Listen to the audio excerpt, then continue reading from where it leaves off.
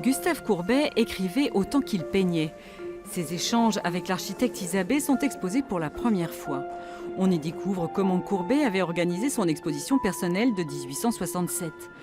Des lettres inédites qui appartiennent à l'Institut Courbet. Si l'association peut faire avancer la recherche, c'est grâce à son fonds d'archives.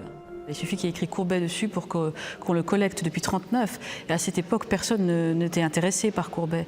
C'était vraiment des choses qu'on pouvait avoir vraiment pour très peu d'argent, les lettres autographes également. Maintenant, la cote de Courbet a quand même augmenté. Les documents autographes sont quand même beaucoup plus chers. Mais depuis 1939, on a un fonds tout à fait exceptionnel.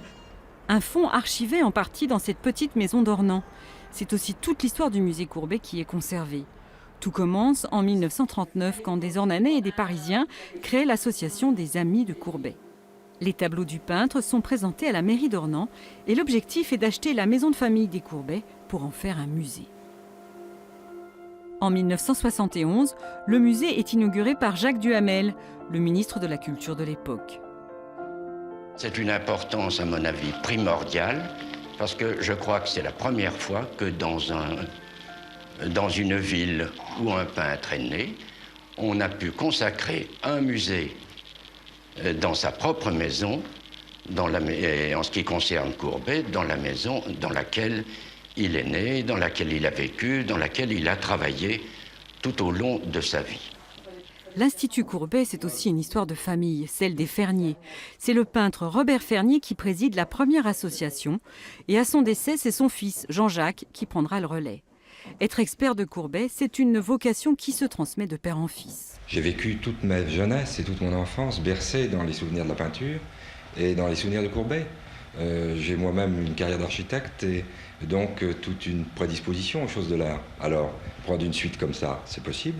La rendre aussi efficace, ça, vous le jugerez plus tard. Entre-temps, le musée est devenu la propriété du département. Jean-Jacques Fernier, conservateur bénévole du musée, organise alors toute une série d'expositions à Ornans. En 1991, c'est l'Origine du monde qui est présenté au public pour la première fois en France. Le tableau le plus célèbre de Courbet va mettre sur le devant de la scène médiatique Jean-Jacques Fernier, l'expert du peintre. En 2013, Paris Match annonce que l'on a retrouvé la tête de l'Origine du monde, une hypothèse validée par Jean-Jacques Fernier. J'ai trouvé des fibres là qui correspondent, qui justifient que c'est comme ça. La justification de la différence entre là, c'est ça, on peut encore discuter sur le détail près. Orsay a un morceau de l'œuvre, personne ne le conteste, et moi je ne conteste pas que le visage qui est là est un autre morceau des morceaux de l'œuvre. Mais cette thèse ne fera jamais l'unanimité des autres spécialistes de Courbet. Outre les expositions en France ou à l'étranger, le rôle de l'association, devenue Institut Courbet indépendant du musée, est de délivrer des certificats d'authenticité. Aujourd'hui, les expertises de l'Institut Courbet sont confiées à un comité de 5 membres, dont 2 sont américains. Leur identité est tenue secrète. La raison principale, c'est, encore une fois, que ces personnes qui travaillent pour certaines dans des grands musées ne veulent pas être en conflit d'intérêts, enfin je ne sais pas si c'est le bon terme, mais en tout cas être en porte-à-faux par rapport à leur employeur dans une mission qui déborde un petit peu de leur poste principal. Bah oui, parce qu'en France c'est interdit. Voilà, en France c'est interdit.